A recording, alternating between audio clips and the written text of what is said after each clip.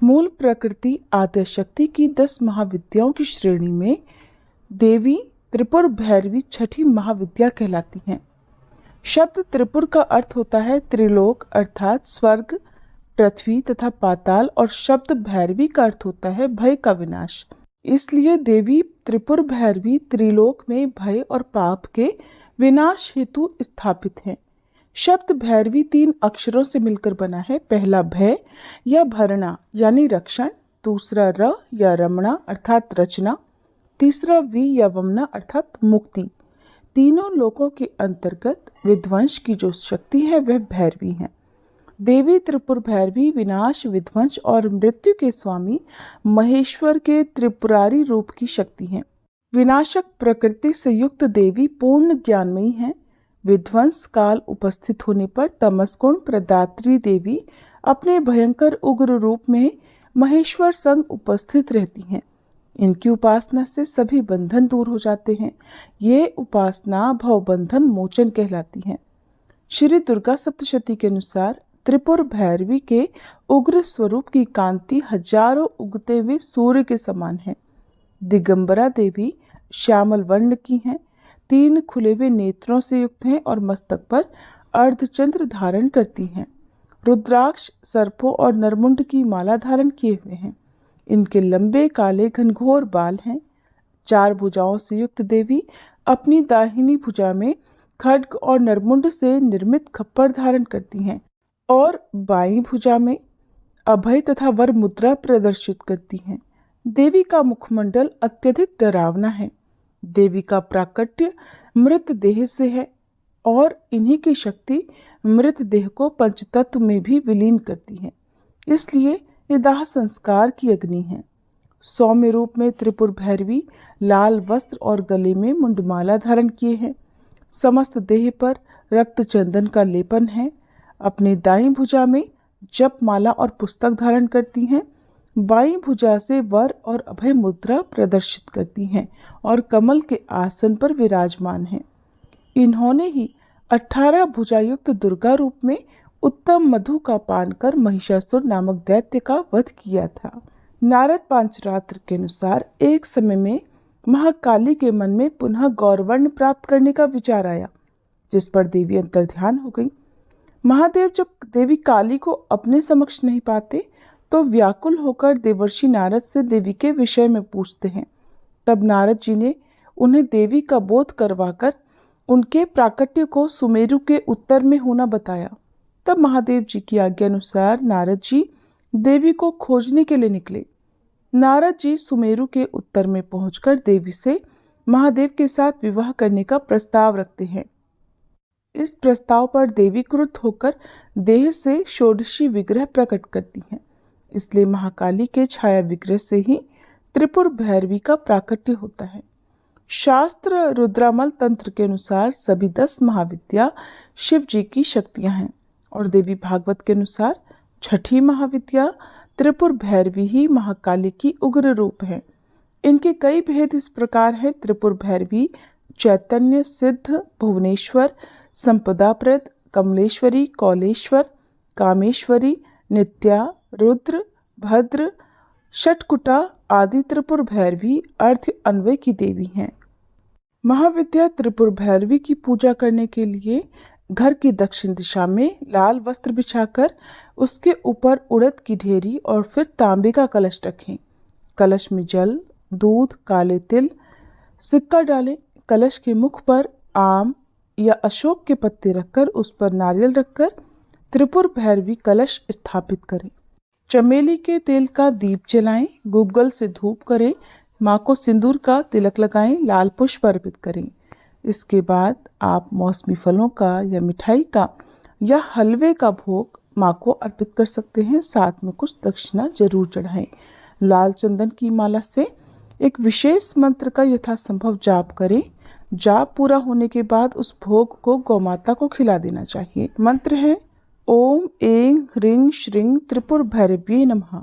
ये तो थी 10 महाविद्याओं में से छठी महाविद्या माँ त्रिपुर भैरवी की कथा और पूजा विधि की जानकारी। अब जानिए नवरात्रि के छठे दिन पूजी जाने वाली माँ कात्यायनी की कथा और पूजा विधि के बारे में। ऋषि कात्यायन के घर पर जन्म लेने के कारण ही माता का नाम कात्यायनी पड़ा। माँ कात्यायनी का स्वरूप अत्यंत चमकीला और भव्य है। इनकी 4 भुजाएं हैं। माँ के दाहिनी तरफ की ऊपर वाली भुजा अभय मुद्रा में और नीचे वाली वर मुद्रा में है। बाईं तरफ की ऊपर वाली भुजा में तलवार और नीचे वाली भुजा में कमल का पुष्प सुशोभित है। माँ का वाहन सिंह है। माँ कात्यायनी की भक्ति और उपासना के द्वारा मनुष्य बहुत ही जल्दी और बहुत ही सरलता से धर्म, अर्थ, काम और मोक्ष की प्राप्ति कर लेता है। वह इस लोक में स्थित रहकर भी अलौकिक तेज और प्रभाव से युक्त हो जाता है। माता कात्यायनी की पूजा करने से सभी प्रकार के संकटों का नाश होता है। माँ दानव और पापियों का नाश कर अपने भक्तों की रक्षा करती हैं। प्राचीन कथा के अनुसार कालांतर में कात्यायन नाम से कई ऋषि हुए हैं। एक विश्वामित्र मुनि के वंश में, जिन्होंने श्रौत, गुह्य और प्रतिहार सूत्रों की रचना की थी। दूसरे गोमिल पुत्र थे, जिन्होंने छंदों परिशिष्ट कर्म प्रदीप की रचना की थी। और तीसरे कात्यायन वर रुचि सोमदत्त के पुत्र थे, जो पाणिनि सूत्रों के प्रसिद्ध वार्तिककार थे। कात्यायन कत ऋषि के गोत्र में उत्पन्न ऋषियों को कहा जाता है। सबसे पहले कत नामक महर्षि के पुत्र ऋषि कात्य हुए। इन्हीं कात्य के गोत्र में विश्व प्रसिद्ध महर्षि कात्यायन उत्पन्न हुए, जिन्होंने भगवती जगदम्बा की कई वर्षों तक बड़ी कठिन तपस्या की थी। फिर एक दिन प्रसन्न होकर देवी जगदम्बा ने कात्यायन ऋषि को दर्शन दिए और तब कात्यायन ऋषि ने उनसे अपनी पुत्री के रूप में अपने घर पर जन्म लेने की प्रार्थना की। तब देवी ने कात्यायन ऋषि को यह वरदान दिया कि वह पुत्री के रूप में उनके घर पर जन्म लेंगी। और इस प्रकार अपने वचन का पालन करते हुए देवी जगदम्बा ने कात्यायन ऋषि के यहाँ जन्म लिया और फिर महिषासुर दैत्य का वध किया। एक और कथा के अनुसार भगवान श्री कृष्ण को पति रूप में प्राप्त करने के लिए ब्रज की गोपियों ने इन्हीं देवी की पूजा कालिंदी यमुना के तट पर की थी। और देवी कात्यायनी को ब्रजमंडल की अधिष्ठात्री देवी के रूप में भी पूजा जाता है। दरअसल ब्रज की गोपियां सांवले सलोने श्री कृष्ण पर अपना सब कुछ न्यौछावर कर चुकी थीं। अब उनके जीवन में इच्छा थी तो केवल एक बार श्री कृष्ण के चरणों का कृपा प्रसाद पाने की। सोते जागते, उठते बैठते, खाते पीते, हर समय यानी कि जीवन की प्रत्येक गति में उन गोपियों के तो मन में श्री कृष्ण ही बस गए थे। उन्हें आवश्यकता थी तो केवल श्री कृष्ण को रिझाकर उनके कमल रूपी श्री चरणों में आश्रय प्राप्त करने की। और जब श्री कृष्ण मथुरा चले गए तब सारी गोपियां बेचैन हो गई, व्याकुल हो गई। इन्हीं व्याकुलता भरे क्षणों में किसी ब्रज गोपी ने अपनी दादी नानी के मुख से ये सुन लिया कि कात्यायनी देवी व्रत के अनुष्ठान से मनोवांछित वर प्राप्त होता है। बस फिर क्या था, ब्रज की सभी कुमारी गोपियों ने नंद बाबा के लाडले कामदेव की छवि को धूमिल करने वाले और सूर्य की आभा से भी अधिक दैदीप्यमान गोविंद माधव को प्राप्त करने के लिए मन में दृढ़ विश्वास रखकर सामूहिक रूप से देवी कात्यायनी को प्रसन्न करने के लिए कात्यायनी व्रत करने का संकल्प एक साथ ले लिया। ब्रज गोपियों ने अपने प्राण प्रियतम को प्राप्त करने के लिए माँ कात्यायनी के पूजन का व्रत विशुद्ध भाव से प्रारंभ कर दिया। जब हेमंत ऋतु आई उसके पहले ही महीने में अर्थात मार्गशीर्ष मास में नंद बाबा के ब्रज की कुमारियां कात्यायनी देवी की पूजा और उपवास करने लगी। वे केवल हविष्यान्न ही खाती थी। वे कुमारी गोपियां पूर्व दिशा का सूरज लाल होते होते यमुना जल में स्नान कर लेती, यानी ब्रह्म मुहूर्त में उठ जाती और तट पर ही देवी की बालुका से मूर्ति बनाकर सुगंधित चंदन पुष्प, तरह तरह के नैवेद्य, धूप दीप, छोटी बड़ी भेंट की सामग्री, आम, अशोक के पल्लव, फल और चावल आदि से उनका पूजन करती। साथ ही कात्यायनी महामाये महायोगिन्यधीश्वरी नंद गोप सुतम देवी पति में कुरुते नमः इति मंत्रम जपन्यस्ताम पूजाम चक्र कुमारी कहा। इस तरह मंत्र का जाप करती हुई वे कुमारी गोपियां देवी कात्यायनी की आराधना किया करती। इस तरह उन गोपियों का जिनका मन श्री कृष्ण के प्रति निछावर हो चुका था, जिनका तन मन श्री कृष्णमय हो चुका था, इस संकल्प के साथ उन्होंने 1 महीने तक देवी कात्यायनी की भली भांति पूजा की, इस प्रकार की नंद नंदन श्याम सुंदर ही हमारे पति हों। वे प्रतिदिन ब्रह्म मुहूर्त में ही नाम ले लेकर एक दूसरी सखी को पुकार लेती और फिर एक दूसरे के हाथ में हाथ डालकर ऊंचे ऊंचे स्वर से भगवान श्री कृष्ण की लीला और नामों का गान करती हुई यमुना जल में स्नान करने के लिए जाती। एक दिन सारी गोपियों ने प्रतिदिन की तरह यमुना जी के तट पर जाकर अपने अपने वस्त्र उतार दिए और भगवान श्री कृष्ण के गुणों का गान करती हुई बड़े आनंद से वे जल क्रीड़ा करने लगी। भगवान श्री कृष्ण सनकादि योगियों और शंकर आदि योगीश्वरों के भी ईश्वर हैं। उनसे गोपियों के मन की यह इच्छा छुपी नहीं रही। वे उनका अभिप्राय जानकर अपने सखा ग्वाल बालों के साथ उन कुमारी गोपियों की साधना सफल करने के लिए यमुना तट पर पहुंच गए। उन्होंने अकेले ही उन सब गोपियों के सारे वस्त्र उड़ा दिए और बड़ी फुर्ती से कदम्ब के एक वृक्ष पर चढ़ गए। उनके साथी ग्वाल बाल अब ठठा ठठा कर हंसने लगे और स्वयं श्री कृष्ण भी हंसते हुए गोपियों से हंसी हंसी की बात कहने लगे। अरे कुमारियों, अगर इच्छा हो तो तुम यहाँ आकर अपने अपने वस्त्र ले जाओ। मैं तुम लोगों से सच सच कहता हूँ, मैं हंसी मजाक बिल्कुल नहीं कर रहा। तुम लोग व्रत करते करते दुबली हो गई हो। ये मेरे सखा ग्वाल बाल जानते हैं कि मेरी कोई भी बात कभी झूठी नहीं होती। सुंदरियों, अगर तुम्हारी इच्छा हो तो अलग अलग आकर अपने अपने वस्त्र ले लो या सब एक साथ आ जाओ, मुझे इसमें भी कोई आपत्ति नहीं। भगवान श्री कृष्ण की यह हंसी मजाक देखकर गोपियों का हृदय प्रेम से सराबोर हो गया। वे फिर थोड़ा सकुचाकर शर्मा कर एक दूसरे की ओर देखने और मुस्कुराने लगी। जल से बाहर नहीं आई। तब भगवान ने हंसी हंसी में ये बात कही।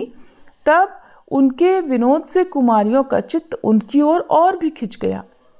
वे ठंडे पानी में गले तक डूबी हुई थी और उनका शरीर थर थर कांप रहा था। तब उन्होंने जल में बैठे बैठे ही श्री कृष्ण से कहा, प्यारे श्री कृष्ण, तुम ऐसी अनीति भरी बातें मत करो। हम जानती हैं कि तुम नंद बाबा के लाडले लाला हो, हमारे प्यारे हो। सारे ब्रजवासी तुम्हारी सराहना करते रहते हैं। देखो, हम ठंड के मारे ठिठुर रही हैं, तुम हमारे वस्त्र दे दो। श्याम सुंदर ते दास्य करवाम तवोदितम देही वासांसी धर्मज्ञ नोचेद रागे ब्रुवामहे। प्यारे श्याम सुंदर, हम तुम्हारी दासी हैं। तुम जो कुछ कहोगे उसे हम करने के लिए तैयार हैं। हमें कष्ट मत दो, हमारे वस्त्र हमें दे दो, नहीं तो हम जाकर अभी नंद बाबा से कह देंगी। तब श्री कृष्ण मुस्कुराते हुए बोले, गोपियों, तुम्हारी मुस्कान पवित्रता और प्रेम से भरी है। देखो, जब तुम अपने को मेरी दासी स्वीकार करती हो और मेरी आज्ञा का पालन करना चाहती हो तो यहाँ आकर अपने अपने वस्त्र ले लो। वे गोपियां जल में बहुत देर से बैठी हुई थी, ठंड के मारे कांप रही थी। किसी तरह सकुचाते हुए वे गोपियां यमुना जी से बाहर निकली। उस समय उन्हें ठंड बहुत सता रही थी। उनके इस शुद्ध भाव से भगवान बहुत ही प्रसन्न हुए। उन्हें अपने पास आई देखकर उन्होंने गोपियों के वस्त्र अपने कंधे पर रख लिए। फिर बड़ी प्रसन्नता से मुस्कुराते हुए बोले, अरे गोपियों, तुमने जो व्रत किया था उसे तुमने अच्छी तरह निभाया, इसमें संदेह नहीं। लेकिन इस अवस्था में वस्त्रहीन होकर तुमने जल में स्नान किया है। इससे तो जल के अधिष्ठाता देवता वरुण का और यमुना जी का अपराध हुआ है। इसलिए अब इस दोष की शांति के लिए तुम अपने हाथ जोड़कर सिर से लगाओ और उन्हें झुककर प्रणाम करो। इसके बाद अपने अपने वस्त्र ले जाओ। भगवान श्री कृष्ण की ये बात सुनकर उन गोपियों ने ऐसा ही समझा कि वास्तव में वस्त्रहीन होकर स्नान करने से हमारे व्रत में त्रुटि आ गई। अब उसकी निर्विघ्न पूर्ति के लिए उन्होंने समस्त कर्मों के साक्षी श्री कृष्ण को नमस्कार किया, क्योंकि उन्हें नमस्कार करने से ही सारी गलतियों और अपराधों का मार्जन हो जाता है, सब क्षमा हो जाते हैं। जब यशोदानंदन भगवान श्री कृष्ण ने देखा कि सब की सब कुमारी गोपियां मेरी आज्ञा के अनुसार प्रणाम कर रही हैं, तब वे बहुत प्रसन्न हुए। उनके हृदय में गोपियों के प्रति करुणा उमड़ आई और फिर उन्होंने उनके वस्त्र दे दिए। श्री कृष्ण ने गोपियों से छल भरी बातें की, उनका लज्जा संकोच छुड़ाया, हंसी की और उन्हें कठपुतलियों के समान नचाया, यहाँ तक कि उनके वस्त्र भी हर लिए। फिर भी वे गोपियां उनसे रुष्ट नहीं हुई। उनकी इन चेष्टाओं को उन्होंने दोषी नहीं माना, बल्कि अपने प्रीतम के संग से वो तो और भी प्रसन्न हो गई। गोपियों ने अपने अपने वस्त्र पहन लिए, लेकिन श्री कृष्ण ने उनके चित्त को इस प्रकार अपने वश में कर रखा था कि वे वस्त्र पहनने के बाद भी वहां से एक कदम भी आगे नहीं बढ़ पाई। अपने प्रीतम के समागम के लिए सजकर वे उन्हीं की ओर लजीले चितवन से निहारती रहीं। भगवान ने देखा कि उन गोपियों ने उनके चरण कमलों के स्पर्श की कामना से ही ये व्रत धारण किया है और उनके जीवन का यही एकमात्र संकल्प है। तब गोपियों के प्रेम के अधीन होकर ऊखल तक में बंध जाने वाले भगवान श्री कृष्ण उनसे कहने लगे, मेरी परम प्रेयसी कुमारियों, मैं तुम्हारा यह संकल्प जानता हूं कि तुम मेरी पूजा करना चाहती हो। तुम्हारी इस इच्छा का अनुमोदन करता हूं। तुम्हारा ये संकल्प सत्य होगा, तुम मेरी पूजा कर सकोगी। जिन्होंने अपना मन और प्राण तक मुझे समर्पित कर रखा है, उनकी कामनाएं उन्हें सांसारिक भोगों की ओर ले जाने में समर्थ नहीं होती। ठीक वैसे ही जैसे भुने हुए या उबले हुए बीज फिर से अंकुर के रूप में उगने के लायक नहीं रह जाते। इसलिए गोपियों, अब तुम अपने अपने घर लौट जाओ। तुम्हारी साधना सिद्ध हो गई है। अब आने वाली शरद ऋतु की रात्रियों में तुम मेरे साथ विहार करोगी। गोपियों, इसी उद्देश्य से तुम लोगों ने यह व्रत और कात्यायनी देवी की पूजा की थी। फिर भगवान की आज्ञा पाकर वह गोपियां जाने की इच्छा न होने पर भी बड़े कष्ट से व्रज में गई। अब उनकी सारी कामनाएं पूर्ण हो चुकी थी। इस प्रकार जैसी जिसके मन में कामना हो, कात्यायनी देवी और भगवान श्री कृष्ण की कृपा से वह मनोकामना पूर्ण हो जाती है। आज के दिन देवी कात्यायनी की पूजा गोधूली बेला में जरूर करनी चाहिए और भगवान श्री कृष्ण की पूजा करने से कात्यायनी देवी के साथ ही भगवान श्री कृष्ण का भी आशीर्वाद प्राप्त हो जाता है।